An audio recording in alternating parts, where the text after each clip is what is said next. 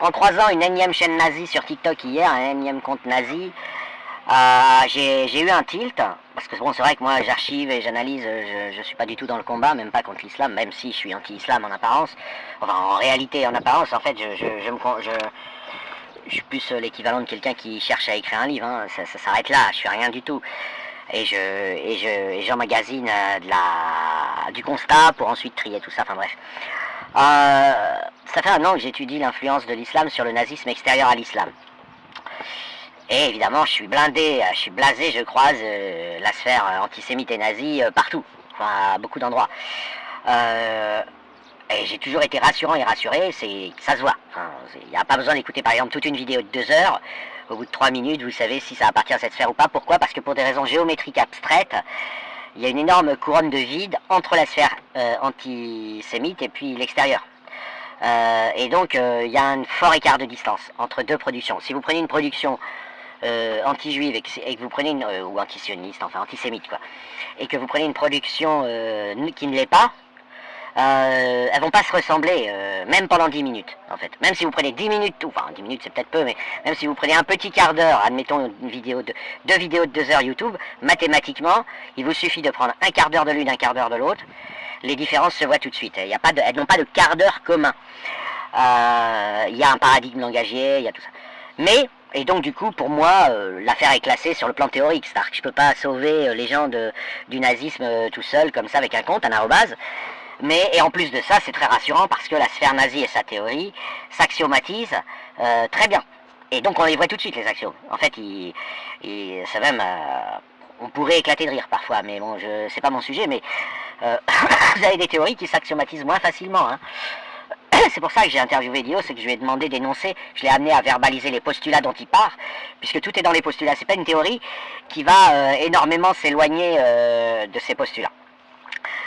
Mais j'en ai, bon je dirais pas marre, je suis pas juif, je suis rien du tout, enfin je suis pas concerné, mais je me dis quand même, à force de croiser des TikTok antisémites et nazis et des productions sur YouTube, il y a des images sur TikTok et sur YouTube, hein, je vous parle pas de Twitter, ça va, c'est des tweets, des spaces, des gens qu'on connaît, des familiers, c'est une bande sur Twitter. Bon après ils vont ramener des fakes et tout sur leur TL que personne va aller voir, enfin c'est pas très...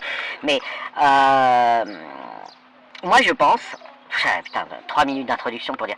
Parce qu'en plus j'adresse cette vidéo à quelques camarades de Twitter, donc c'est pas une vidéo grand public, enfin elle sera accessible, mais ça dépend combien de vues elle va faire, mais elle va pas en faire beaucoup.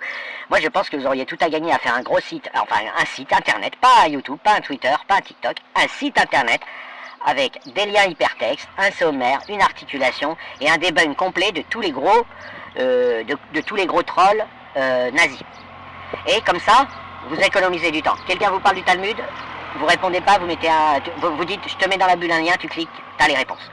Voilà. Parce que déjà la sphère antisémite, elle passe sa vie. Déjà son gros fake, c'est de donner une valeur au Talmud. Donc déjà là-bas, mais les gens savent pas en fait, ils se disent que peut-être le Talmud c'est un truc important, etc. Donc déjà, dans ce site, vous pouvez débunker. Puis ensuite, quand bien même il y a des gens qui accorderaient une valeur au Talmud dans leur mouvement antisémite, bah c'est vous les connaisseurs, moi j'y connais rien et j'ai pas l'intention de m'y connaître, hein, c'est pas. Vous pouvez faire une classification thématique, mettre quelques vidéos, renvoyer, et puis pof, c'est réglé.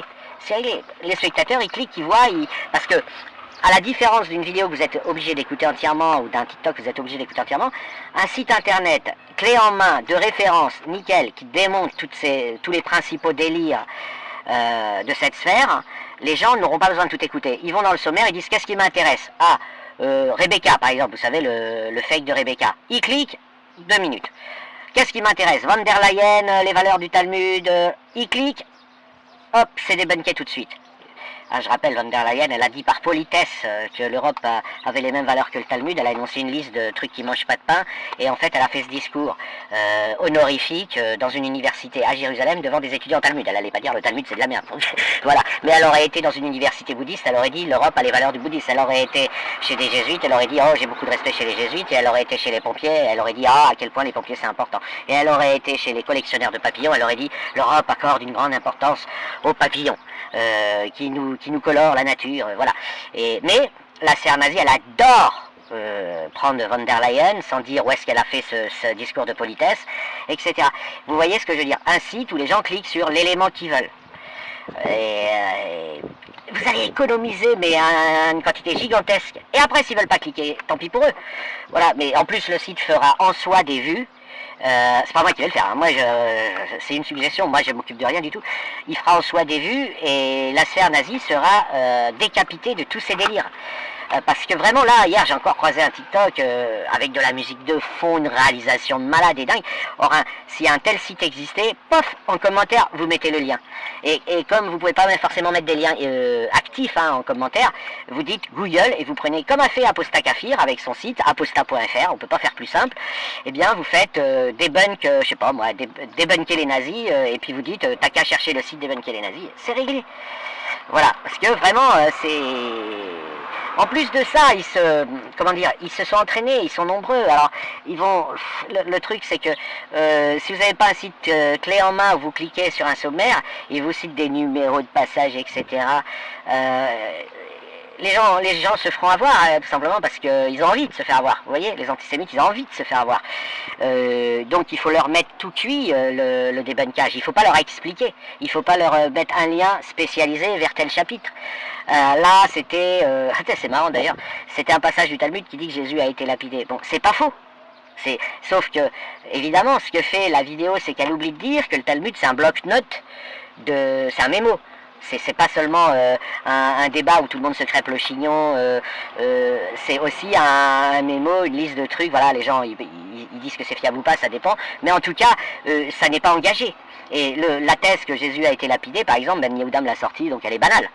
Mais elle n'est pas chargée de quoi que ce soit. C'est juste, voilà, ils pensent se rappeler, un tel a dit à un tel qui a dit à un tel, et ainsi de suite. Ça, voilà, c'est vrai ou c'est faux, on s'en fout totalement, puisque de toute façon, il a été crucifié et tout le monde le reconnaît. Alors, la crucifixion, c'est plus aérien, voilà, il y a une image un petit peu plus légère attachée à la crucifixion. Mais enfin, choisir entre être lapidé et crucifié, vous savez, c'est la mort dans l'âme qu'on va prendre la crucifixion. On a envie d'être ni l'un ni l'autre. Donc, de toute façon, c'est pas important. Mais il s'appuie sur des trucs qui peuvent être réellement, par exemple, dans le Talmud, et puis ensuite construire leur fake. Donc, un site internet, un clic, terminé. Tu me dis que j'ai été habité, clic internet, terminé. Affaire réglée. Tu me dis Rebecca, terminé, clic internet, etc. Voilà. Et dans ce site, dès le départ, il y a bien précisé que le Talmud n'a aucune valeur, enfin aucune valeur au sens, c'est pas une révélation, c'est des comptes rendus de débats pendant des siècles et des siècles entre des gens qui avaient parfois un intérêt, qui étaient intéressés et tout, donc ça n'a aucune représentativité au sein du monde juif, ça n'en fait pas partie. Un juif peut avoir envie de s'intéresser, mais ce n'est pas une révélation divine, etc. Voilà. Tout ça, dans le préambule, c'est une page internet avec des couleurs, il n'y a même pas de vidéo à écouter, il n'y a rien. Et ensuite, les gens, sommaire, sous-sommaire, sous-sous-sommaire, sous-sous... Ah, voilà, j'ai trouvé mon truc, terminé, un petit moteur de recherche, terminé, vous avez le debunk. Mais après, ça existe peut-être déjà. Mais en tout cas, moi, je pense qu'un lien que tout le monde met partout, ça le populariserait et ça éviterait ces espèces de falsifications qui sont... Mais ça fait peur, hein, ça fait peur de voir, de voir les gens qui veulent adhérer, ils cherchent pas du tout si quelque chose est vrai ou est faux. Ils veulent que ce soit vrai, donc voilà, les antisémites, les nazis, mais la vraie raison, Renato l'a expliqué très bien, ça a une fonction, c'est ils veulent faire exister, ils cherchent une excuse à leur turpitude, à leur malheur, à leur souffrance, mais surtout, c'est un manque de formation scientifique qui les amène à voir dans la non-construction une destruction volontaire. Et ça va beaucoup plus loin que l'antisémitisme. C'est aussi l'erreur du marxisme, c'est aussi l'erreur des physiciens avant Carnot, et même un peu pendant Carnot, et puis c'est Boltzmann qui a finalement mis fin à tout ça. C'est-à-dire que c'est une recherche, c'est des gens qui voudraient que finalement y ait quelque chose il y ait des méchants, que ce soit des juifs ou d'autres, qui nous empêchent de manger à notre faim, et non pas que ce soit simplement une difficulté logistique de donner à manger à tout le monde. Et parce que la difficulté logistique, ça les met en dépression nerveuse.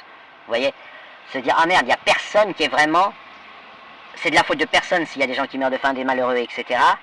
C'est simplement qu'on n'est pas encore assez bon, assez fort, assez développé techniquement pour résoudre toutes ces équations, et que forcément, il y a des trous et il y a des problèmes. Et c'est une explication qu'ils ont en horreur, ces gens-là. Et la sphère nazie est en train de, donner une profonde solidité à la sphère marxiste. Ça, faut bien le comprendre. Et donc, en retour, la sphère marxiste la remercie d'exister, et donc devient nazi. Pas tant parce que le marxiste veut absolument être anti-juif, mais parce que le marxiste veut absolument qu'il y ait un coupable dont la pauvreté dans le monde est due à la méchanceté. Donc voilà, bon, j'arrête là.